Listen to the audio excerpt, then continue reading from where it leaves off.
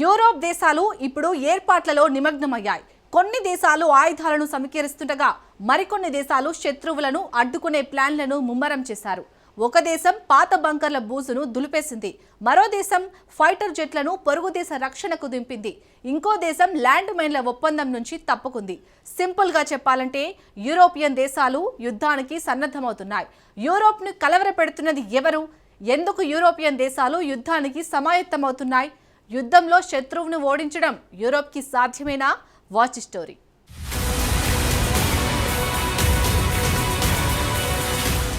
యూరోప్పై Russia అధ్యక్షుడు కన్నేశాడా? యుద్ధానికి Europe దేశాలు సిద్ధమయ్యాయా? ఏ దేశాలు ఆయుధాలను మోహరిస్తున్నాయి? నిన్న మొన్నటి వరకు నిద్రాణ స్థితిలో ఉన్న యూరోప్ ఖండం ఇప్పుడు మేల్కొంటోంది. యూరోప్ దేశాలన్నీ ఇప్పుడు పరుగులు పెడుతున్నాయి. యూరోపియన్ నాయకులు ఆయుధ నిల్వల్ని పెంచుకుంటున్నారు. మరోవైపు యుద్ధానికి సిద్ధమవుతున్నారు. ఇంతకు యూరోప్ దేశాలను కలవరపెడుతున్నది ఎవరు? ఎందుకు యుద్ధానికి యూరోప్ నాయకులు సిద్ధమవుతున్నారు అంటే దీనికి కారణం ఇద్దరు వ్యక్తులు. ఆ వ్యక్తులు ఎవరో కాదు, రష్యా అధ్యక్షుడు వ్లాదిమిర్ పుతిన్, అమెరికా అధ్యక్షుడు డొనాల్డ్ ట్రంప్. ముందుగా రష్యా అధ్యక్షుడు పుతిన్ ఏం చేస్తున్నాడో చూద్దాం. ఉక్రెయిన్ యుద్ధాన్ని ముగించేందుకు చర్చలు జరుపుతున్నాడు. మరోవైపు మాత్రం వేల సంఖ్యలో సైన్యాన్ని సమీకరిస్తున్నాడు. అంటే ఉక్రెయిన్ను దాటి యుద్ధం నడిపించాలని పుతిన్ ప్లాన్లు వేస్తున్నట్టు యూరోప్ దేశాలు అనుమానిస్తున్నాయి. సింపుల్గా చెప్పాలంటే యుద్ధం విస్తరిస్తోందని యూరోప్ దేశాల నాయకులు భయపడుతున్నారు. అందుకే ఇప్పుడు వారంతా అప్రమత్తమవుతున్నారు. తమ రక్షణ వ్యవస్థల్ని సిద్ధం చేసుకున్నారు. యూరోప్ యుద్ధానికి సిద్ధమవడానికి మొదటి కారణం పుతిన్ అన్నమాట. ఇక రెండో కారణం అమెరికా అధ్యక్షుడు డొనాల్డ్ ట్రంప్.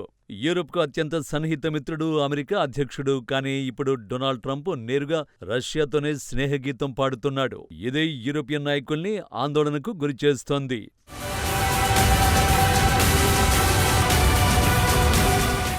ఇక్కడ దారుణమైన విషయం ఏంటంటే నాటో కూటమి నుంచి అమెరికా తప్పుకుంటుందని ట్రంప్ బెదిరింపులకు దిగాడు.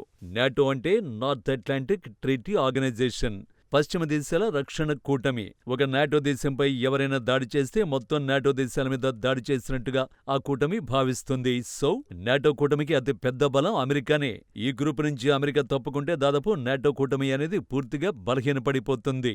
ఈ నేపథ్యంలోనే నాటో గ్రూప్ దేశాలను ట్రంప్ బెదిరిస్తున్నాడు. నాటో దేశాలకు అమెరికా రక్షణ కల్పించేందుకు ట్రంప్ ధరను ఫిక్స్ చేశాడు. యూరోపియన్లు తమను ఉపయోగించుకుంటున్నారని డొనాల్డ్ ట్రంప్ ఆరోపిస్తున్నాడు. ఫస్ట్ టర్మ్ లోనూ ట్రంప్ ఇలానే బెదిరింపులకు దిగాడు. ఇప్పుడు రక్షణ కోసం నాటో మిత్రదేశాలు ఎక్కువగా వెచ్చించాలని ట్రంప్ ఒత్తిడి చేస్తున్నాడు. నాటో దేశాలు కనీసం తమ జీడీపీలో 2% వెచ్చించాలని డిమాండ్ చేస్తున్నాడు. కానీ కూటమి దేశాలు మాత్రం జీడీపీలో 2% నిధుల్ని వెచ్చించడం లేదు. ట్రంప్ ఫస్ట్ టర్మ్ లో కూడా దీనిపై చర్చ జరిగింది. ఇప్పుడు మళ్లీ వైట్ హౌస్ కు అతడు తిరిగి వచ్చాడు. ఈసారి ట్రంప్ ఆ రక్షణ బడ్జెట్ను మరింత పెంచాడు. నాటో రక్షణకు జీడీపీలో 5% చెల్లించాలంటున్నాడు. 2% బడ్జెట్నే కేటాయించడం లేదంటే 5% చెల్లించడం అనేది యూరోప్ దేశాలకు తలకమించిన భారమే. వాస్తవానికి అమెరికా కూడా బడ్జెట్లో 5% కేటాయించేందుకు సిద్ధంగా లేదు.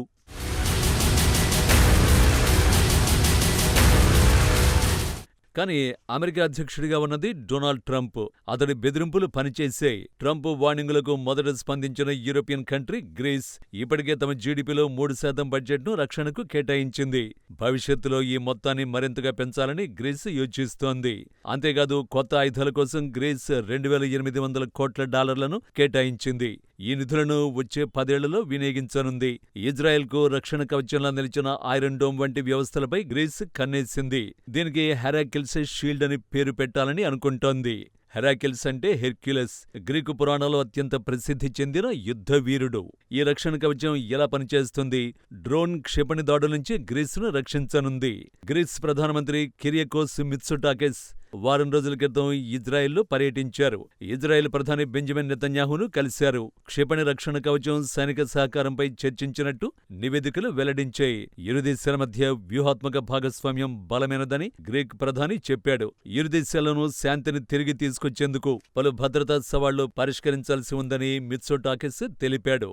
రక్షణ, ఆర్థిక సహకారాన్ని ఇరు దేశాలు మరింతగా పెంపొందించుకోనున్నట్లు గ్రీక్ ప్రధాని స్పష్టం చేశాడు. సో సింపుల్గా చెప్పాలంటే భవిష్యత్తులో వచ్చే యుద్ధాలకు గ్రీస్ సిద్ధమైపోతుందన్నమాట.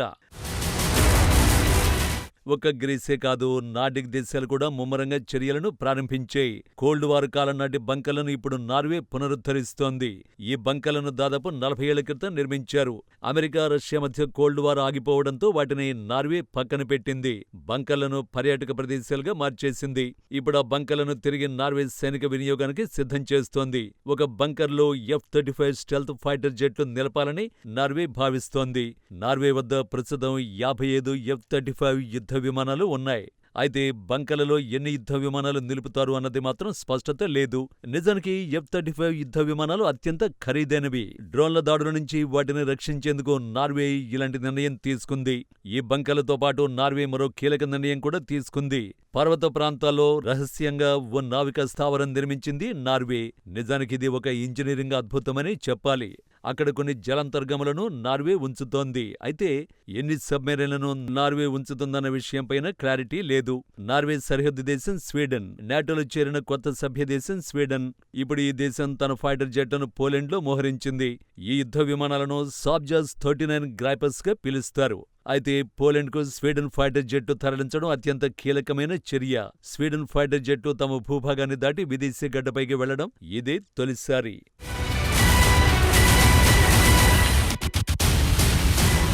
ఫైటర్లను పోలెండ్కు తరలించడం స్వీడన్ సిద్ధాంతంలోనే ఓ పెద్ద మార్పు. ఎందుకంటే గత 200 ఏళ్లుగా స్వీడన్ శాంతి మంత్రాన్ని జపించింది.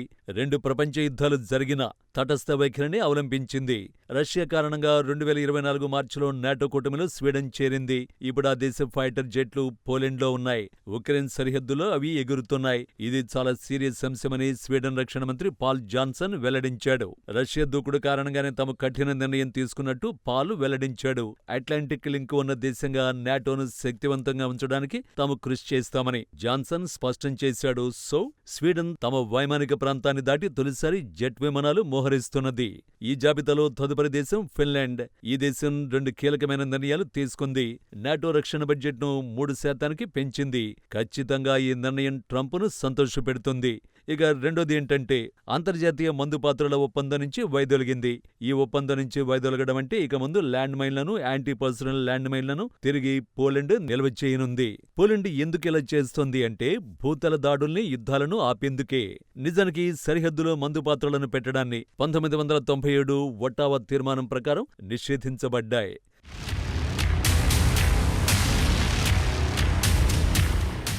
ఒట్టావా తీర్మానం నుంచి తప్పుకొని మందు పాత్రలను పెట్టేందుకు ఫిన్లాండ్ సిద్ధమైంది.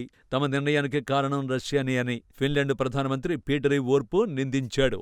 యూరప్, ఫిన్లాండ్ భద్రతా పరిస్థితులు దిగజారుతున్నట్టు ఓర్పు చెప్పాడు. యూరప్కు రష్యా ముప్పు పొంచి ఉందన్నాడు. 2029 నాటికి తమ రక్షణ బడ్జెట్ను 3% పెంచుతున్నట్టు పీటరీ తెలిపాడు. ఒట్టావా ఒప్పందం నుంచి గ్రీన్లాండ్ కూడా వైదొలగడానికి సిద్ధమవ్వాలని పీటరీ సూచించాడు. అయితే ల్యాండ్ మైన్ ఒప్పందం నుంచి నిష్క్రమించిన దేశం ఫిన్లాండ్ ఒకటే కాదు. పోలెండ్, ఎస్టోనియా, లాత్వియా, లిథువేనియా వంటి దేశాలు కూడా గత నెలలో ఒట్టావా ఒప్పందం నుంచి వైదొలిగాయి. ఈ దేశాలుగా ఉమ్మడిగా ఉన్న లింకేంటో తెలుసా? రష్యాతో సరిహద్దే కారణం. ఒకవేళ ఉక్రెయిన్ యుద్ధం విస్తరిస్తే ల్యాండ్ మైన్లు రష్యాను అడ్డుకుంటాయని ఆయా దేశాలు భావిస్తున్నాయి. యూరప్ దేశాలన్నీ ఒక విషయాన్ని స్పష్టంగా తెలియచేస్తున్నాయి. అదేంటంటే యుద్ధానికి యూరప్ సిద్ధమవుతున్నది.